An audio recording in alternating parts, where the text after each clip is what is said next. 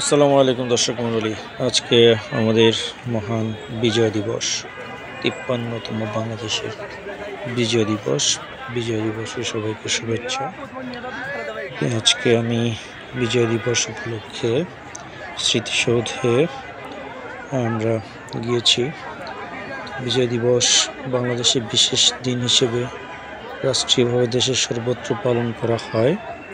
প্রতি বছর ১৬ ডিসেম্বর বাংলাদেশ এই দিনটিকে বিশেষভাবে পালন করে থাকে। আমরা এর ব্যতিক্রম নয়। আর যেহেতু আমার বাসা হচ্ছে আশুলিয়া এবং ঠিক স্মৃতিসৌধ থেকে মাত্র হাফ কিলোমিটার মধ্যে আমার অবস্থান, তাই প্রতি বছর আমাকে এখানে আসি বিজয় দিবস উপলক্ষে। তো দেখতেই পাচ্ছেন আজকে লক্ষ জনতা ভিড় হয়েছে এখানে। সকাল থেকে ভোর থেকে প্রচুর মানুষ আজকে এখানে শ্রদ্ধা জানাতে এসেছেন। প্রচুর এমন অবস্থা যে আজকে হাঁটাই দায়, এতই ভিড়। তো একটু না বললেই নয়, বাংলাদেশের বিজয় সম্পর্কে একটু বলি। তা হলো ১৯৭১ সালে ১৬ই ডিসেম্বর বাংলাদেশ স্বাধীন হওয়ার পর এই ১৯৭২ সালের ২২ জানুয়ারি প্রকাশিত এক প্রজ্ঞাপনের মাধ্যমে বাংলাদেশের বিজয় দিবসকে বিজয় দিবস হিসেবে ঘোষণা করা হয় এবং এই দিনটিকে সরকারি ছুটির দিন হিসেবে গণ্য করা হয়। ৯ মাস বাংলাদেশ মুক্তিযুদ্ধের পর ১৯৭১ সালে ১৬ ডিসেম্বর ঢাকার সোহরাওয়ার্দী উদ্যানে পাকিস্তানি বাহিনী প্রায় ৯১,৬৩৪ জন সদস্য আনুষ্ঠানিকভাবে আত্মসমর্পণ করে। এর ফলে বাংলাদেশ এবং সার্বভৌম রাষ্ট্র হিসেবে বাংলাদেশের অভ্যুদয় ঘটে। এ উপলক্ষে প্রতি বছর বাংলাদেশ দিনটি যথাযোগ্য মর্যাদা এবং ভাব গাম্ভীর্য এবং বিপুল উৎসাহ উদ্দীপনার সাথেই পালিত হয়ে থাকে, যা আপনারা দেখতে পাচ্ছেন। প্রচুর পরিমাণ মানুষের শ্রদ্ধা এবং ভাব গাম্ভীর্য নিয়ে এই দিনটিকে উদযাপন করার জন্য শহীদ স্মৃতিসৌধে সমবেত হন এবং এই দিনটি রাষ্ট্রীয়ভাবে ভোর থেকে ১৬ ডিসেম্বর ভোরে ৩১টি তোপধ্বনির মাধ্যমেই দিবসটি সূচনা করা হয়, যা জাতীয় প্যারেড স্কোয়ারে অনুষ্ঠিত হয় এবং নিয়ম মাফিক সেনাবাহিনী, নৌবাহিনী এবং বিমান বাহিনী কুচকাওয়াজ করে। কুচকাওয়াজের মাধ্যমেই এই দিনটি সূচনা করা হয়। বাংলাদেশের স্বাধীনতা যুদ্ধে যারা নিহত হয়েছেন তাদের প্রতি শ্রদ্ধা নিবেদনের অংশ হিসেবেই এই স্মৃতিসৌধের সকল শ্রেণী, সকল স্তরে, সকল স্তরের রাজনৈতিক, সামরিক, বেসামরিক, রাষ্ট্রীয় পর্যায়ের এবং সাধারণ জনগণ এই স্মৃতিসৌধে এসে শ্রদ্ধা অর্পণ করেন। তো আপনারা দেখতে পাচ্ছেন প্রচুর মানুষের সমাগম হয়েছে। দর্শক মণ্ডলী, এবং এখানে এত বেশি পরিমাণ মানুষ হয় শ্রদ্ধা জানানোর জন্য, সত্যি খুব আনন্দের বিষয়। আর দিনটিকে ওইভাবেই উদযাপন করা হয়, যে বিজয় হিসেবে উদযাপন করা হয়। আর দ্বিতীয়ত হচ্ছে এখানে এই অনেক খেলনা সামগ্রী, বিভিন্ন ধরনের ফেস্টুন, বেলুন, বাচ্চাদের খেলনা, বিভিন্ন ধরনের খাবারের আয়োজন, জাতীয় পতাকা, অঙ্কন, সব কিছুই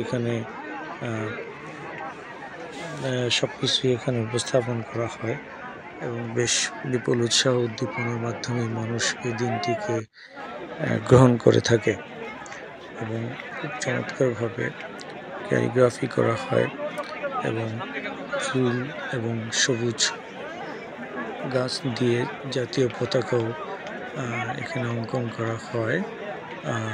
সবাই এখানে সর্বস্তরের মানুষ শ্রদ্ধা জানানোর জন্য এখানে উপস্থিত হন। আর যেহেতু একটি জাতীয় দিবস, বিজয় দিবস, দিনটি সরকারি ছুটির দিন। সরকারি ছুটির দিন হওয়ার কারণে সকল বাংলাদেশের সমস্ত অঞ্চল থেকেই মানুষ চলে আসেন শ্রদ্ধা নিবেদনের জন্য। তো সত্যি অর্থে এক আবেগ ঘন মুহূর্তে প্রতিফলিত হয়, একটি মিলন মেলায় পরিপূর্ণ হয়ে যায়। এত বাংলাদেশের সর্ববৃহৎ একটি মিলন মেলা শ্রদ্ধা জ্ঞাপনের জন্য অন্যতম স্থান হিসেবে পরিগণিত হয়। 1971 সালে 9 মাসের রক্তক্ষয়ী যুদ্ধের পর পাকিস্তানি বাহিনী এই দিনে যৌথ বাহিনীর কাছে যে আত্মসমর্পণ করতে বাধ্য হয়েছিল, সেদিন ঢাকার কেন্দ্রস্থল রেসকোর্স ময়দানে পাকিস্তানের পক্ষে আত্মসমর্পণের দলিলে স্বাক্ষর করেন জেনারেল আমির আবদুল্লাহ খান নিয়াজি। তিনি যৌথ বাহিনী প্রধান জেনারেল জগজিৎ সিং অরোরার কাছে আত্মসমর্পণ করেন।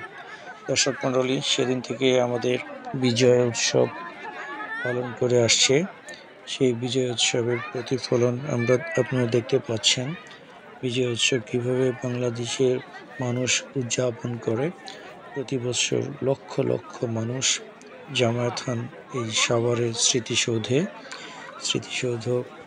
এমনি প্রতিনিয়ত মানুষ প্রতিদিন এখানে খোলা থাকে এবং প্রচুর মানুষ শ্রদ্ধা নিবেদনের জন্য আসেন, একটি বিনোদন কেন্দ্র হিসেবে আসেন। আর সবচেয়ে ভালো লেগেছে আজকে যে বিকেলবেলা বিডি ক্লিন একটি প্রতিষ্ঠান আছে, যারা বাংলাদেশের বিভিন্ন জায়গায় স্বেচ্ছায় ক্লিনিংয়ের কাজ করে থাকেন। তো আজকে স্মৃতিসৌধে যে পরিমাণ পলিথিন বা বিভিন্ন ধরনের খাবার বা ময়লা বা নোংরা হয়েছে, সমস্তটাই পরিষ্কার করার জন্য বিডি ক্লিন দায়িত্ব নিয়েছেন। এই জন্য বিডি ক্লিনকে ধন্যবাদ। তো ওনারা প্রথমেই বেশ সুন্দর সারিবদ্ধভাবেই স্মৃতিসৌধে প্রবেশ করে এবং শপথ নিয়েছেন যে আজকে দিনের মধ্যে সমস্ত ময়লা বা আবর্জনা বা পলিথিন বা যাই আসুক না কেন, খাবারের প্যাকেট, সবগুলো ওনারা পরিষ্কার করবেন। এই বিষয়টা আমার কাছে খুবই ভালো লেগেছে, চমৎকার। তো দেখতে পাচ্ছেন মানুষ সবাই সেলফি তুলছেন, সেলফিতে ব্যস্ত। পরিবার পরিজন নিয়ে আসছেন, পরিবার পরিজনের সাথে ছবি উঠাচ্ছেন, উপভোগ করছেন, বিজয় দিবসকে উপভোগ করছেন। প্রচুর মানুষ এসেছে। আসলে এমন একটি অবস্থা যে আপনি দাঁড়িয়ে যে ছবি উঠাবেন সেই ব্যবস্থাটা নেই, এত মানুষের কোলাহল। তো এটি হচ্ছে বাঙালির চিরায়ত ঐতিহ্য। বাঙালি আনন্দ করতে পছন্দ করেন, উৎসব পালন করতে পছন্দ করেন। তবে এই বিজয় দিবসে 30 লক্ষ শহীদের বিনিময়ে অর্জিত এই স্বাধীনতাকে অবশ্যই ভুলণ্ঠিত করা যাবে না। তো আমার কাছে বেশ কয়েকটি বিষয় লক্ষণীয় ছিল যে শহীদ স্মৃতিসৌধে অনেকেই জুতা পায়ে ওঠার চেষ্টা করেছেন। আমার মনে হয় এই বিষয়গুলোকে একটু লক্ষ্য রাখা দরকার। আমরা স্বাধীনতাকে অবশ্যই যেন বিসর্জন না দিই। স্বাধীনতাকে রক্ষা করতে হবে, স্বাধীনতার পবিত্রতাকে রক্ষা করতে হবে অবশ্যই, এবং পরিষ্কার পরিচ্ছন্ন রাখতে হবে। অনেকেই দেখেছি যে গাছের ফুল ছিঁড়তে দেখা যাচ্ছিল। আমার মনে হয় এইগুলো অবশ্যই লক্ষ্য রাখবেন যে গাছের সৌন্দর্যকে অবশ্যই রাখতে হবে, সৌন্দর্যের জন্য কোনোভাবেই নষ্ট না হয়। এটি হচ্ছে আমাদের একটি শ্রদ্ধার জায়গা, সম্মানের জায়গা, এবং এই শ্রদ্ধা এবং সম্মানকে অবশ্যই আমাদেরকে সম্মানের জায়গায় সম্মানকেই রাখতে হবে। সম্মান অবশ্যই যেন ভুলণ্ঠিত না হয়, পদদলিত না হয়। গাছগুলো পরিষ্কার পরিচ্ছন্ন রাখতে হবে। অনেকেই বাদাম খেয়ে বাদামের খোসাগুলো ফেলে দিচ্ছেন যত্রতত্রভাবে, খুব নোংরাভাবে। তো এদিকে আমাদের সবার নজর দেওয়া উচিত। দর্শক মণ্ডলী, আজকে দেখতে পাচ্ছেন যে লক্ষ লক্ষ মানুষের অবস্থান, এত বেশি পরিমাণ মানুষ ছিল যা কল্পনার অতীত। বিশেষ করে দিনটি বন্ধ থাকার কারণে জাতীয় উৎসব হয় সকলের একটি আনন্দের উৎসবে পরিণত হয়েছে। তো প্রতি বছরই এইভাবেই মানুষ এই আনন্দ উপভোগ করার জন্য চলে আসেন। তো আপনারা দেখতে থাকুন মানুষের সেই কোলাহলপূর্ণ শব্দগুলো। ধন্যবাদ। আসসালামু আলাইকুম। বাকিগুলো আপনারা দর্শক মণ্ডলী দেখতে থাকুন।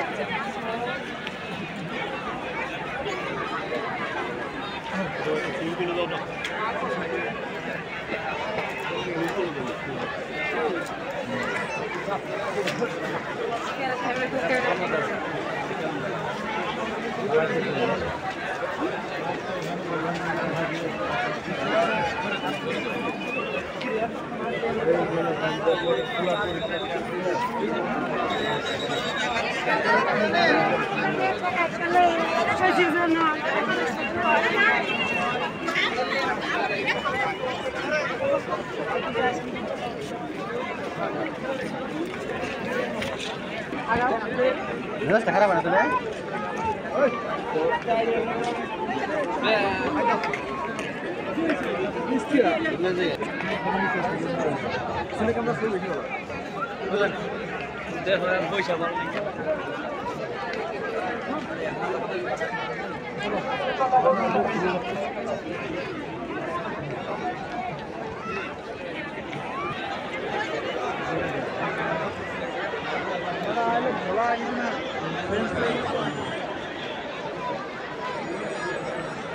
সারাদিনে সমস্যা আছে।